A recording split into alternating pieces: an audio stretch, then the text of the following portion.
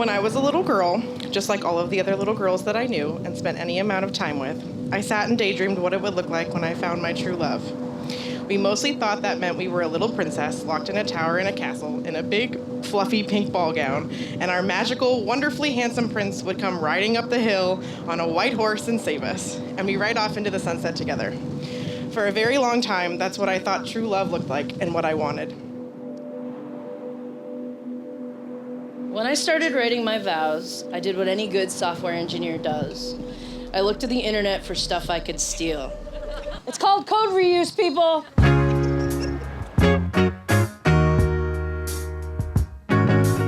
But something about what I was finding just didn't resonate with me.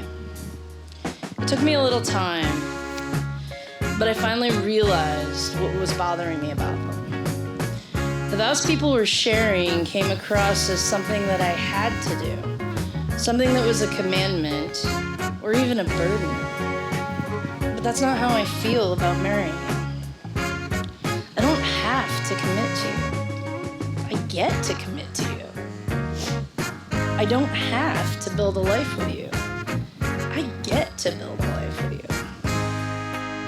And here we are 692 days later, and I don't think there's been a day that it didn't work. There have been moments during days where it's hard to make it work. You are absolutely stunning.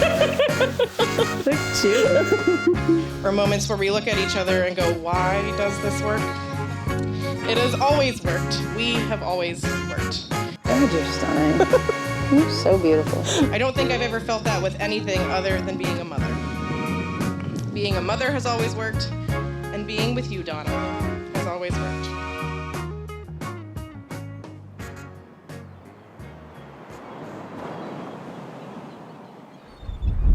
Thank you all for joining us today and being part of the story of Donna and Samantha's wedding ceremony.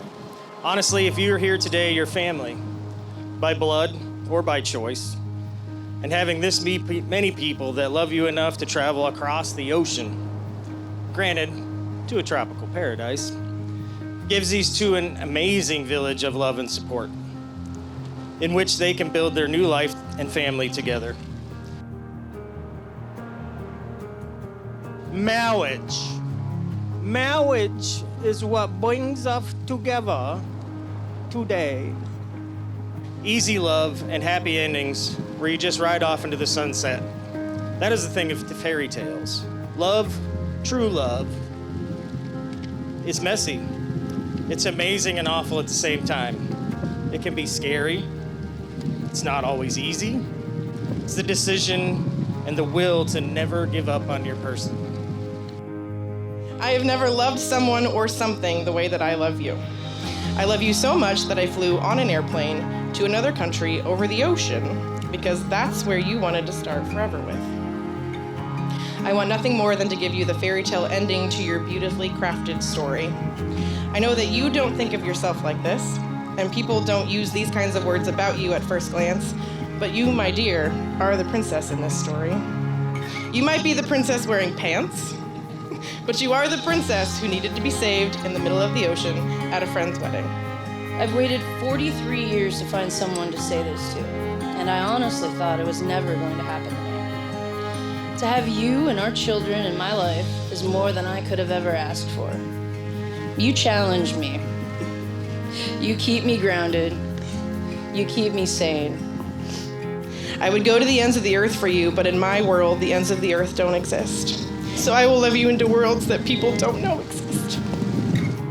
I will love you until there is nothing left for anyone to love, and that is what I will promise you every single day.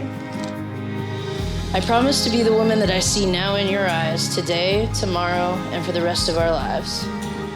I love you very much a lot. Samantha and Donna, having witnessed your marriage vows before all who are assembled here, I pronounce you still wife and wife. You may kiss the bride.